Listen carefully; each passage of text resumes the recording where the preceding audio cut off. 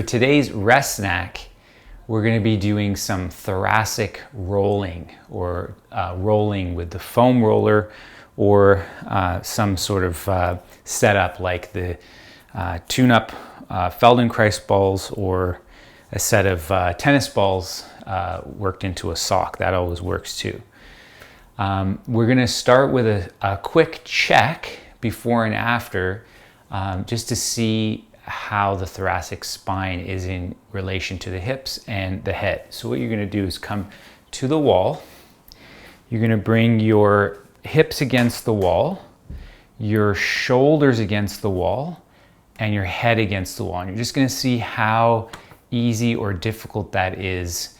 For if you have a really locked up or tight thoracic spine, you'll feel like the perception is that you're doing this to come into that flat line. Okay, so this exercise will be particularly helpful.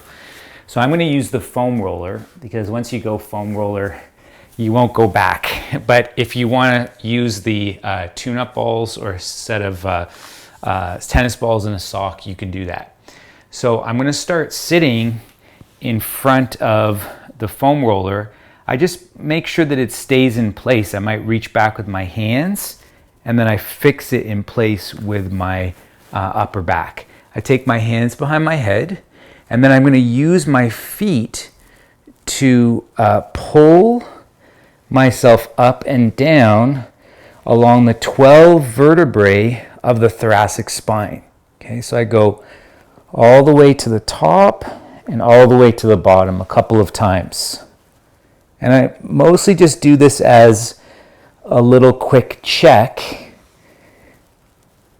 to see where I'm holding tension, where I'm most stuck in the rib cage. Okay, so once I found a point that feels sticky or tight or doesn't really move and doesn't give me that yield that I want into the foam roller, I'm taking my head towards the floor and my hips towards the floor at the same time. So I kind of imagine draping myself over the roller. I'm taking about 2 or 3 deep breaths here just to unwind that segment. Notice how I'm keeping my neck really long, so I don't want to jump my chin up. I want to keep my neck long and also my lower back long, so I have a bit of tone in my lower belly to achieve that length in my lower back.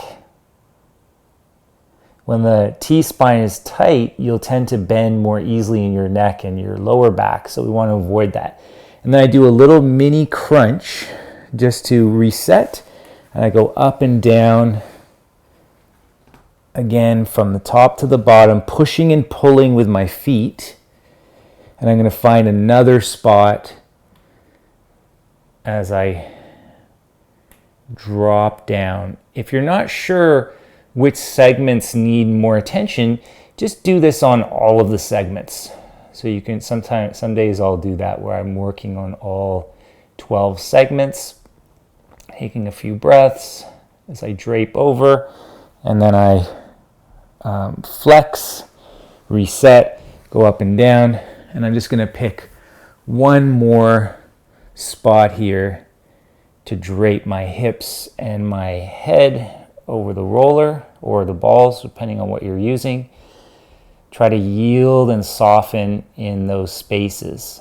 So the T-spine is one of those areas that it's built for motion, but we tend to get locked up, especially when we're doing a lot of work on the computer or looking down at our smartphones.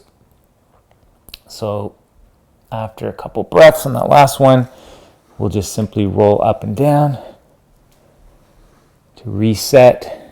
Then I put my elbows down on the floor, my hands on the floor.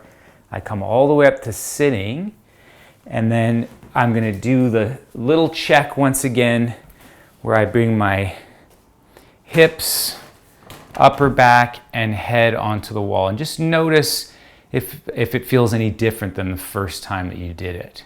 Okay, so in other words, if the T-spine is a little more integrated and it's allowing your head to sit more or less on top of your spine. Okay, great. So give that a try, and we'll see you next time.